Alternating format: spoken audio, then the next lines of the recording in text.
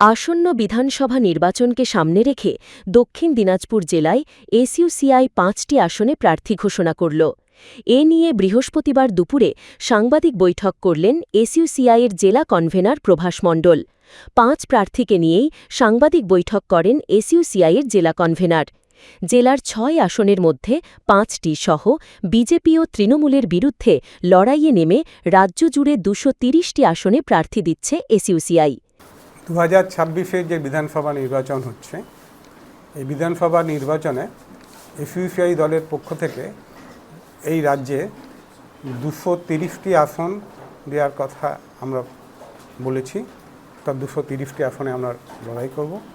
তার মধ্যে 5টি দক্ষিণ দিনাজপুরের 5টি বিধানসভা কেন্দ্রে আমরা প্রার্থী দিয়ে লড়াই করছি। সেটা যাতে জনগণের কাছে আসে, সেই জন্যই আমরা সাংবাদিক সম্মেলনটা ডেকেছি। কবে আপনারা মনোনয়ন জমা দেবেন? আমরা প্রথম দিনই মনোনয়ন দেওয়ার জন্য প্রস্তুতি নিচ্ছি। আমাদের প্রার্থী তালিকার চমক বিষয়টা নিয়ে আমরা এইভাবে রাজনীতিটাই করি না। চমক তো অনেক সময় অনেক এই সারাটা জীবন ধরে দেখে এলাম। মানুষের মূল সমস্যার সমাধান কোথায়?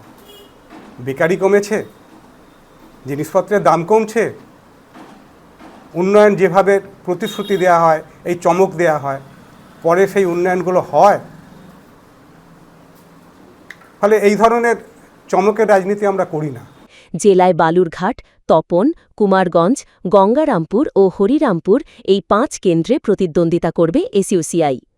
এসআইআর সংক্রান্ত হয়রানি বন্ধ, নিত্য প্রয়োজনীয় দ্রব্যের মূল্যবৃদ্ধি রোধ, সরকারি স্কুল রক্ষাসহ একাধিক দাবিতে ভোটে লড়ছে এসইউসিআই।